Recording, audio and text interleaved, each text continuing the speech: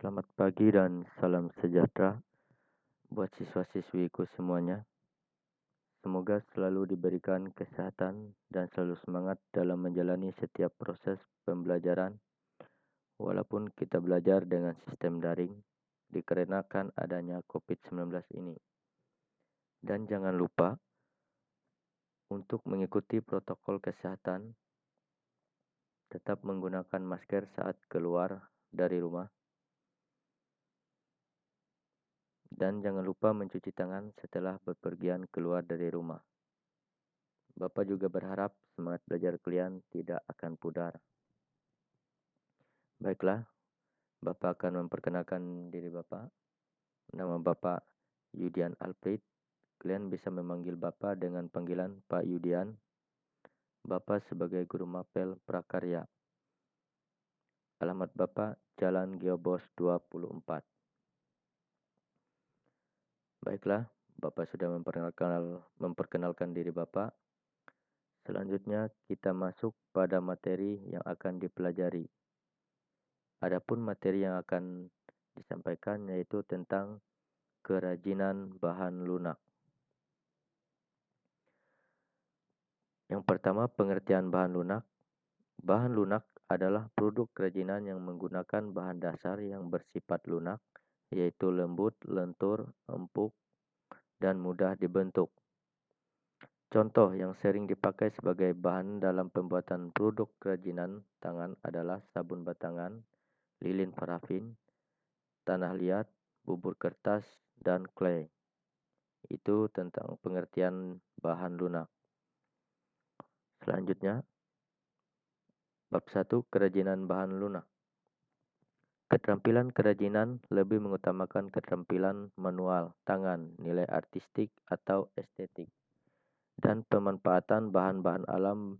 Beragam benda kerajinan dari bahan lunak alam dan buatan dapat diciptakan dan dibuat berdasarkan bentuk dan bahan yang digunakan. Bahan-bahan yang digunakan bisa berupa tanah liat, getah, kertas, karton, plastisin, parafin, plastik, gips, semen, sabun, karet, lilin, spons, dan kulit. Teknik yang digunakan juga sangat bervariasi, di antaranya bisa berupa teknik menggunting, mengecor, menempel, melipat, mencetak, memahat, dan juga membentuk. Bahan-bahan yang digunakan memiliki sifat dan karakteristik yang berbeda-beda. Selanjutnya, prinsip kerajinan bahan lunak.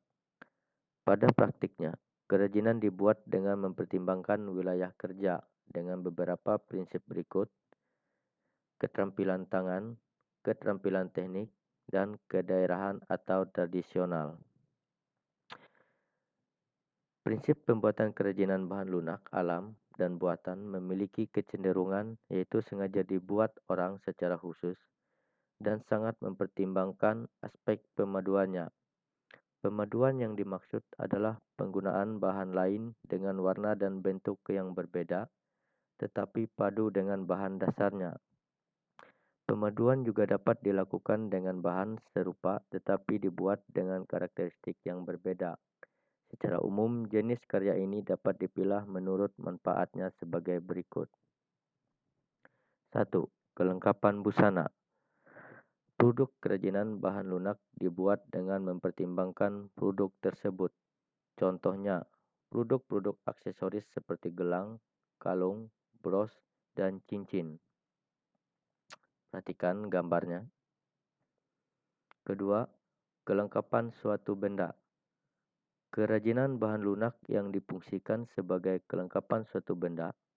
Sebagai contoh, kotak tisu yang dilengkapi dengan hiasan keramik pada bagian muka. 3. Kelengkapan rumah atau bangunan. Produk kerajinan dapat dijadikan manfaat sebagai pelengkap rumah atau bangunan tertentu. Contohnya, air mancur berbentuk kodok di taman rumah. 4. Kelengkapan keperluan ritual atau upacara adat.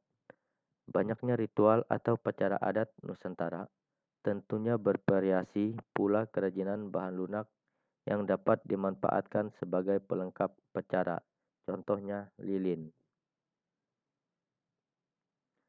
Berdasarkan prinsip kebermanfaatan di atas, maka kerajinan bahan lunak dapat dikategorikan sebagai produk-produk berikut. 1. Menambah keindahan. 2. Memberi penekanan atau kekhasan pada suatu benda. 3. Menjadi persyaratan pemakaian. 4. Merupakan pertanda atau simbol. 5. Dibuat khusus sesuai dengan aslinya, duplikasi.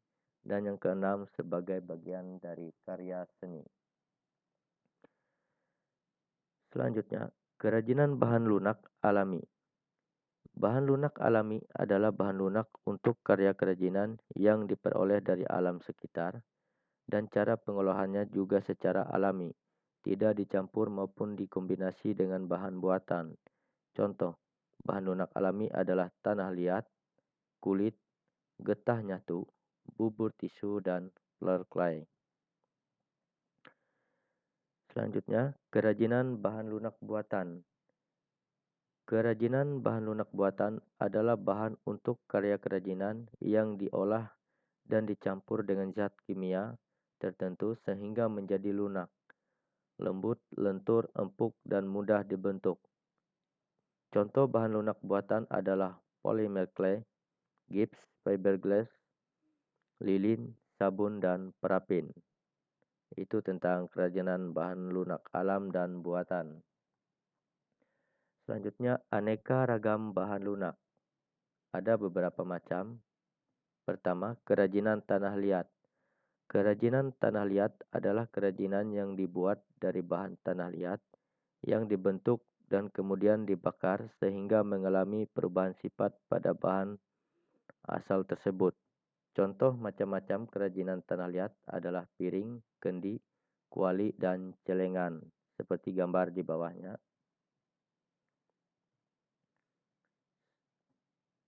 Selanjutnya, kerajinan bubur kertas.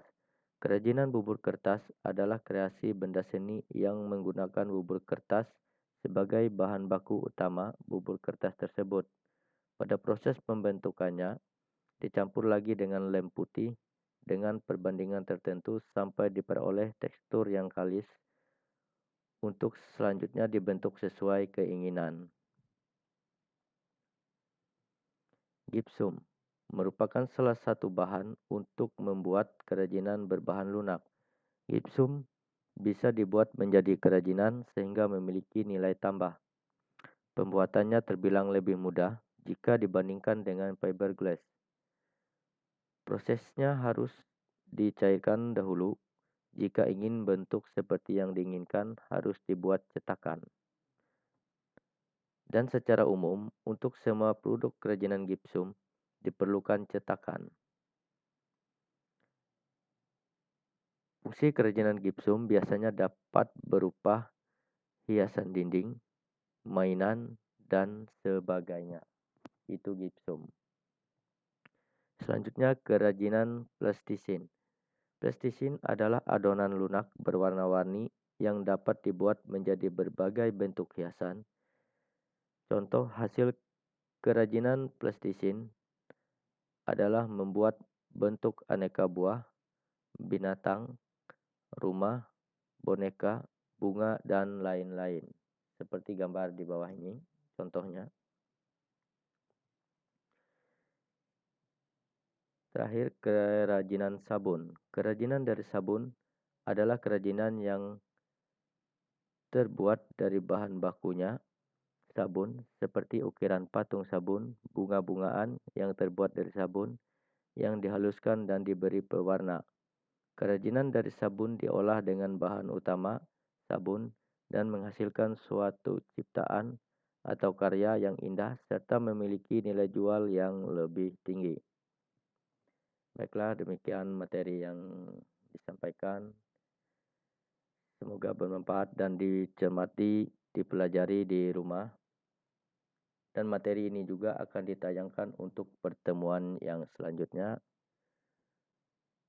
Bapak ucapkan terima kasih.